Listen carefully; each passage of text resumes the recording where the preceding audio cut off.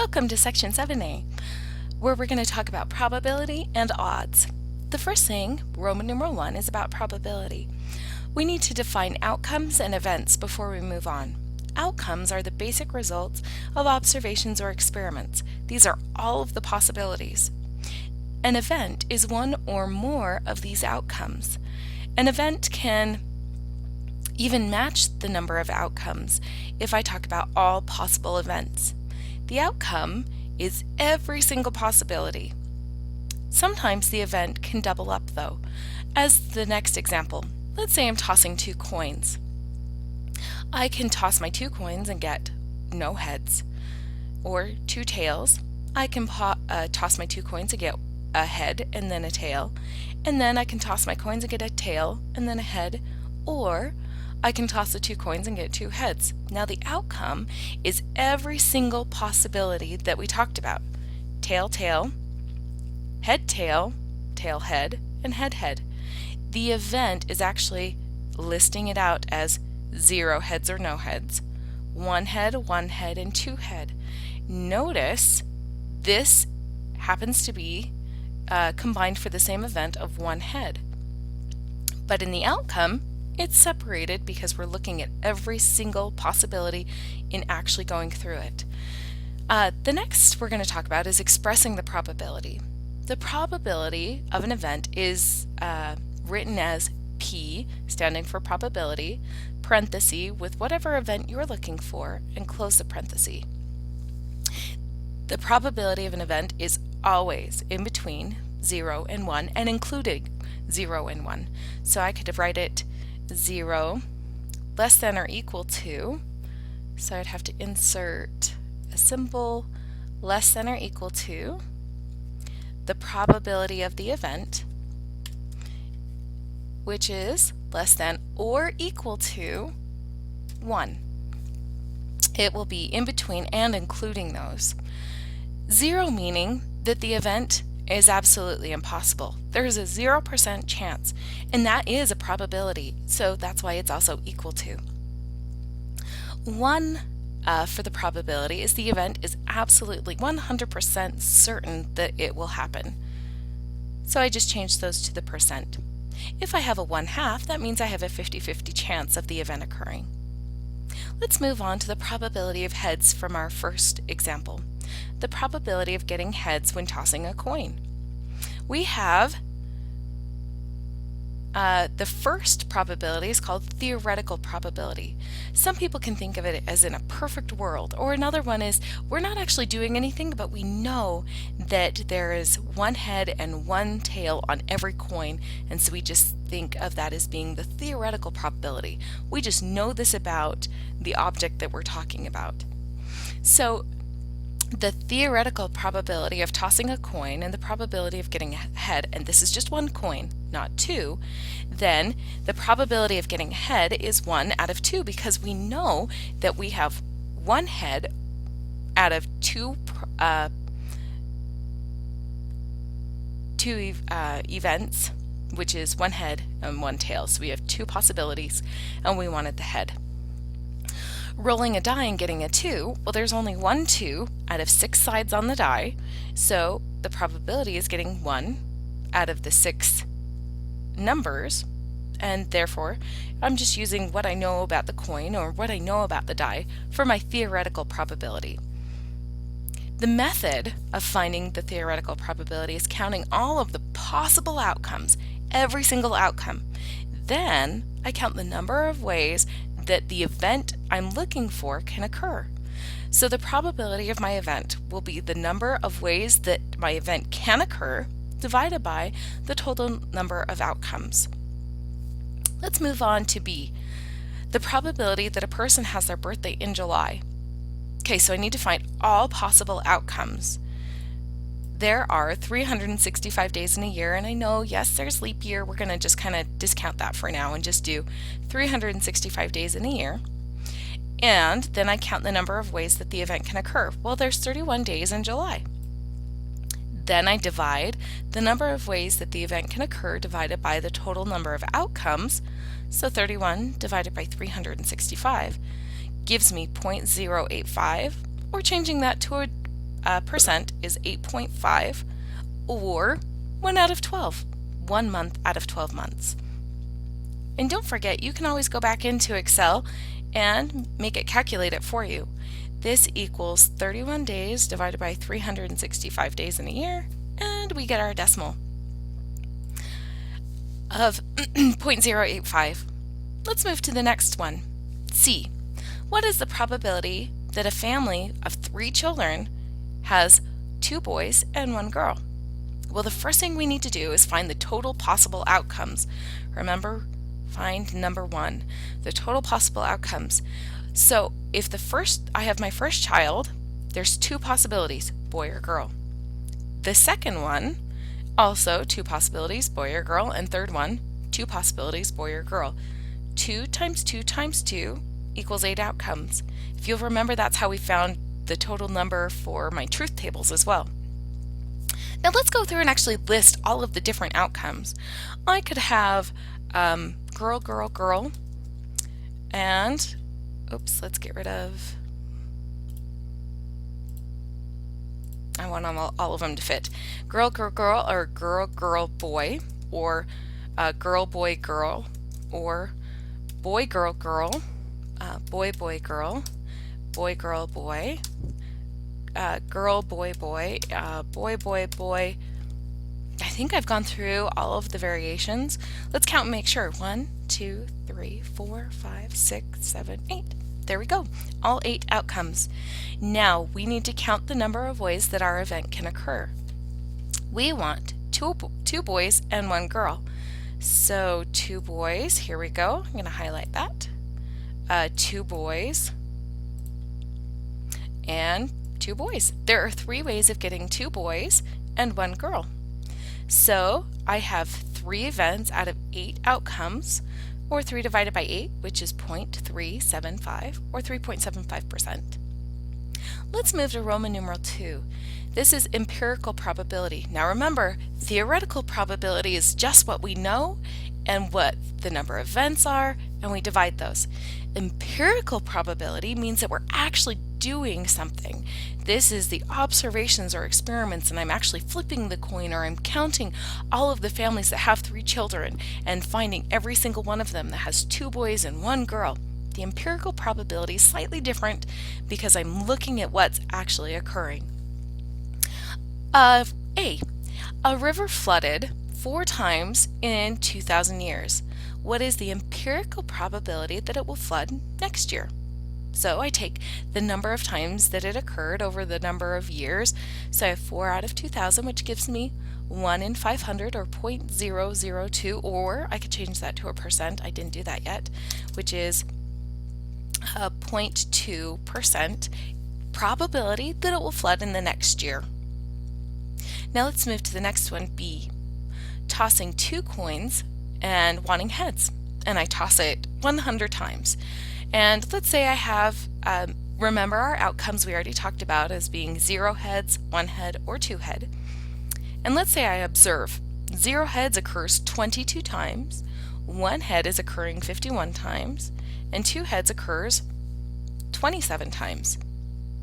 This is empirical probability. Now let's take this a little step further. Can we say that these coins are fair? Remember, empirical probability means I'm actually flipping the coins. Theoretical is just what I know about how many sides the coins has and how many times it should be occurring. So these coins that I actually flipped, it's not a perfect distribution here of what's going on. So how do I decide? Well, I'm going to compare what it should be in my theoretical probability and compare the empirical probability of what I'm getting. Okay, so 0 heads happens. Let's come up here really quick to the top. 0 heads, we had it happening 1 out of the 4 times. The 1 head happened 2 times out of the 4 times, and 2 heads happened 1 time out of the 4 times. So I get 25% for 0 heads, 25% again out of 2 heads, and this one happened twice, so it was 2 out of 4, or 50%. Now let's compare it to the empirical probability. What did we actually watch happening? For 0 heads, I got 22%. The theoretical probability says I should get it about 25% or 25% of the time.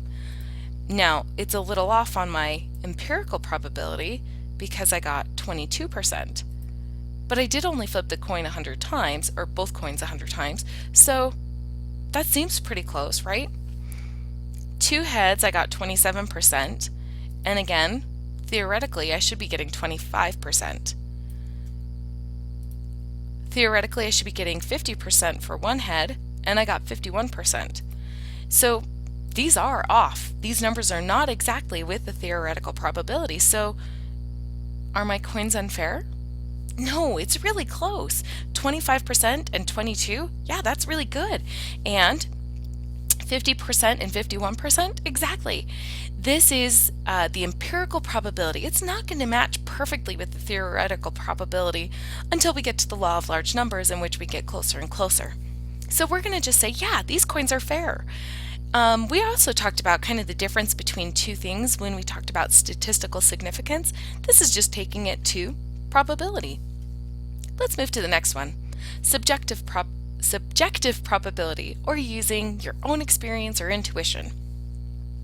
Some examples are if the probability that your child will fall off a swing at the park. If you have an older child, then your experience and intuition is that this child's probably okay on the swing. If you have a younger child, then you know with your experience and intuition that they should probably go on the little kid swings that are, padded all the way around. Or another example, the probability that your roommate will be married this semester. So if you have a roommate that's kind of dating somebody, well then maybe, or the probability that they've been together for 5 years, then you use your own experience and intuition that yes or no. Let's determine the next couple of examples what kind of probability we're looking at. And by the way, subjective probability, this is just your own thing. You can come up with your own numbers, and we aren't actually going to calculate anything.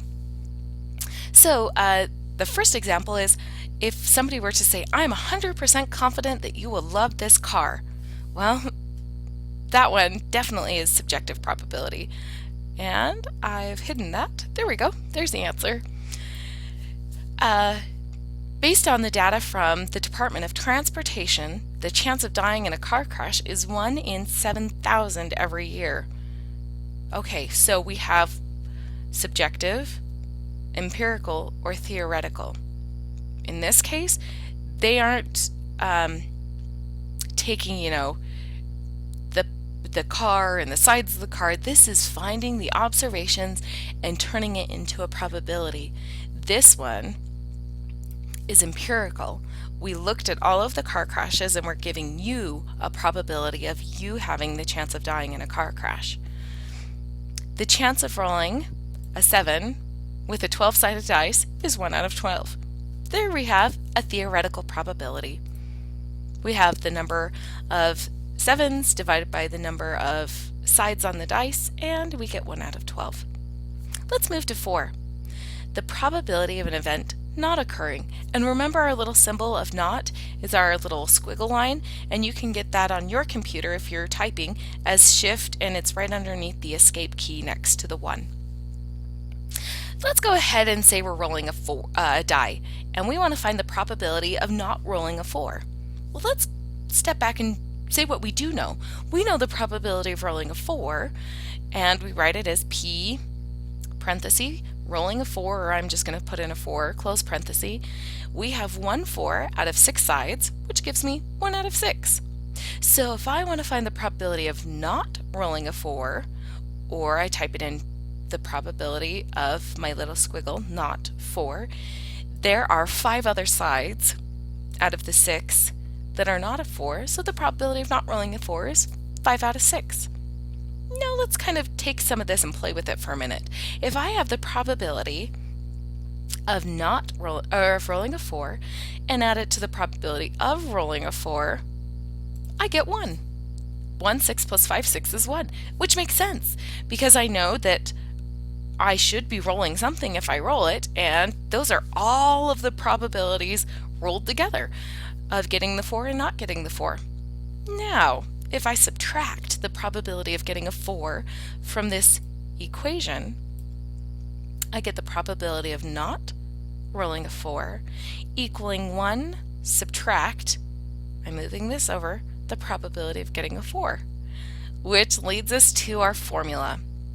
Because we don't always know all of the outcomes, we do know, though, that the probability of an event is going to be 100%, or all of the probabilities rolled together, subtract the probability of getting it.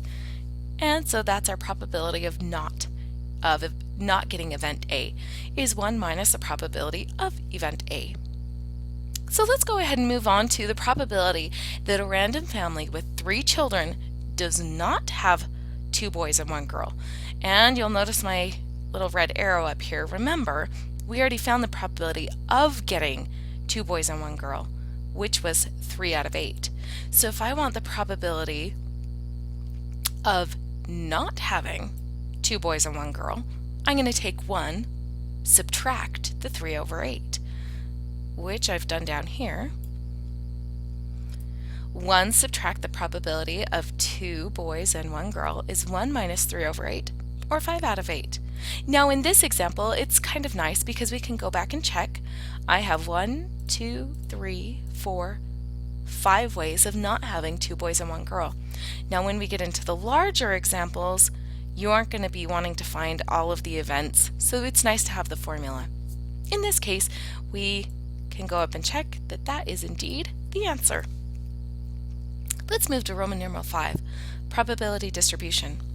This displays all of the possibilities and the probabilities of each event. So on the left side, I'm going to write every single event, and in this case, I'm going to be flipping some coins, and the event of 1 head, remember it overlaps because there's 2 outcomes that have that same event. So I have the event of getting 0 heads, and the probability, which we already determined was 25% or 0.25. 1 head, we had 2 of those overlapping, which gave me 0.5 or 50%, and 2 heads, again, at 25% or 0.25. If I add up all of the probabilities over here on my probability distribution, I will get a sum of 1, which makes sense because you're going to get something when you flip the head, and if I've listed everything that you could possibly get, then I'm bound to get something which is the 1 or 100%. How do we create a probability distribution? Well, we need to first find every single possible outcome. Then we need to identify the outcomes that have the same event, such as 1 head. We had 2 ways of getting that. Then we find the probability of every single event, or the theoretical probabilities. Then I make my table, and I categorize all of the events and the probabilities that we found, and I add them all up, and it should equal 1. If it isn't, then something's off and you need to go back and either find another event or find the probability maybe you got off on something. So let's find a probability distribution of tossing 3 coins. So I have my 1, 2, 3 coins. I have 2 sides for every coin, or 2 possibilities for every coin. So 2 times 2 times 2 gives me 8 different outcomes. Now I need to find all of the events. Now note, if you're rolling a die and it's only 1 die, then I have 6 outcomes and 6 events. In this one, I have things that overlap. So it's kind of confusing, and on your concept quiz, it will ask you something about events and outcomes, and you'll need to remember those definitions. So I have the possibility of getting 3 heads, 2 heads, 1 head, or no head, which is a little different than the 2 coins because I only went up to 2 heads. So now I'm just adding in 1 more. Now I can go through and list them all like I did on the boys and the girls, which I've done for us. I can have heads, heads, heads, heads, heads, tails, head, tail, head, tail, head, head, and then 1 head can happen as tail, tail, head, tail, head, tail, head, tail, tail, and 0 heads as 3 tails. Let's count those and make sure I have all of my outcomes. 1, 2, 3, 4, 5, 6, 7, 8. Good, I have all of the outcomes. And note, some of these events overlap, getting 2 heads and 1 head. Now I need to work out my probability distribution. So I've identified all of the outcomes and those that have the same event. So I have 2 heads and 1 head, those ones overlap. And I find the probability of every single event. So if there's 8 possibilities or 8 outcomes, here I have 1 out of 8, here I have 3 out of 8, here I have 3 out of 8, and here I have 1 out of 8. Now I'm going to make my table and the categories of every event and the probabilities of those events. And then those probabilities do need to equal 1. So here we go. 3 heads is 1 out of 8, 2 heads was 3 out of 8, 1 head is 3 out of 8, and 0 heads is 1 out of 8. Adding those together, 1 plus 3 plus 3 plus 1, 4 plus 4, that's 8. 8 out of 8, which gives me 1. So we did it right. There's our probability distribution of tossing 3 coins. Let's move to rolling some dice. So my first dice has 6 sides. My second dice has 6 sides. So 6 times 6 gives me 36 outcomes. Does that mean I have 36 events? In this case, no, because I'm looking at a sum of the dots on the dice. And there's different ways of getting, let's say, a sum of 4. I could roll a 2 and a 2, or I could roll a 3 and a 1, or I could roll a 1 and a 3. So there were 3 ways of getting 4, a sum of 4. Here we go. So those are all of my possible outcomes. Everything. I could roll a 1 and a 1, a 1 and a 2, and so on all the way through to 6 out of 6, or 6 and 6. So these are all of the outcomes. But remember, we need to identify the events. So the sum of getting a 2 happens here. The sum of getting a 3 happens here and here. The sum of getting a 4 happens here, here, and here. The sum of getting a 5, notice how we have a diagonal because of the way this is kind of mapped out, which is nice.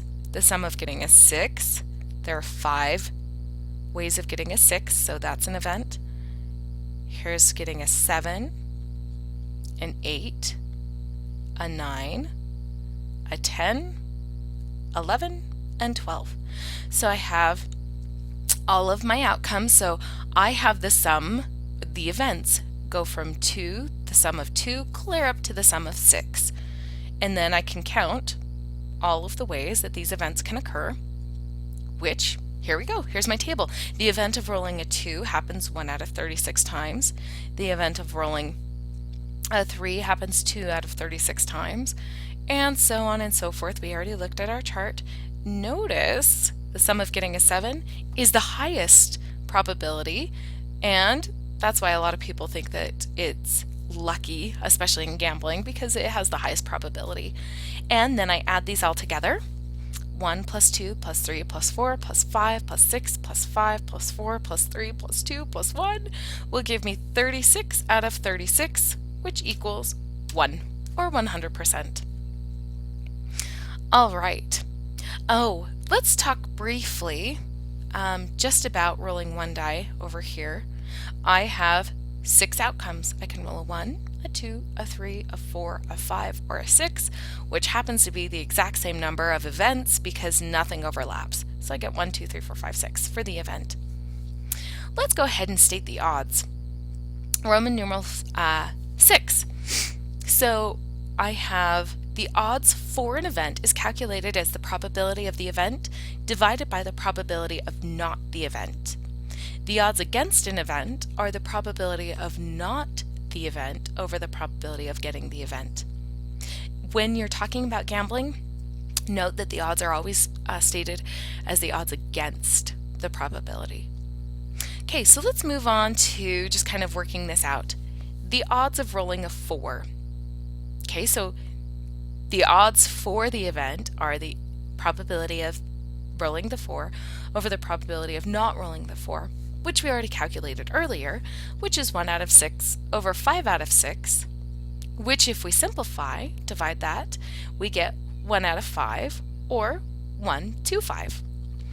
The odds against rolling a 4 are reversed, so we have the probability of not a 4 over the probability of 4, which is 5 over 6 divided by 1 over 6, which simplified gives me 5 over 1, or 5 to 1. Let's go ahead and move to the next example. The odds of getting 2 heads, let's delete that, the odds of getting 2 heads in a coin toss. So the odds for getting 2 heads will be the probability of getting the 2 heads divided by the probability of not getting the 2 heads. The probability of getting 2 heads we already calculated earlier as being 1 out of 4. The probability of not getting 2 heads will be the rest of the probabilities, which is 3 out of 4. And simplifying this, dividing, you can do this by multiplying by the reciprocal and the 4's cross out, or multiplying top and bottom by 4, and again the 4's canceling out, which gives you 1 out of 3, or 1 over 3, or 1, 2, 3. So the odds of rolling a 2 will be the opposite, which gives us 3 to 1. Let's move on to the next example, B. So we're going to bet at a horse race, which means that this is a gambling example, and I'll be doing the odds against. So the odds on Blue Moon are 7 to 2. This means that for every $2 you bet, you receive $7. So the higher the odds, the more you get, but the less likely it'll occur, right? So let's take Jason, and he bet on a horse called Blue Moon, and he bet $10. So for every $2 he spends, he gets $7. So I'm going to take my $10 and divide it by 2, which gives me 5. So for every $2, he spent 5 of those every 2, and he's going to receive 7 5 times if Blue Moon wins. So 10 divided by 2 gave us 5. He gets that $7 5 times, which is $35. But he also gets his original $10, and at the end of the race, if this horse wins, he will receive $45, although I guess technically I would consider it $35 because his $10 were his in the first place, but because he bet it, if he lost, he would have lost the $10. All right, so that's how you'll do your homework on that one, not teaching you how to bet on a horse, but just teaching you how to do your homework. And hopefully you'll find that it's really not worth it to do all this gambling. All right, that's the end of section 7A. I hope you join me for 7B.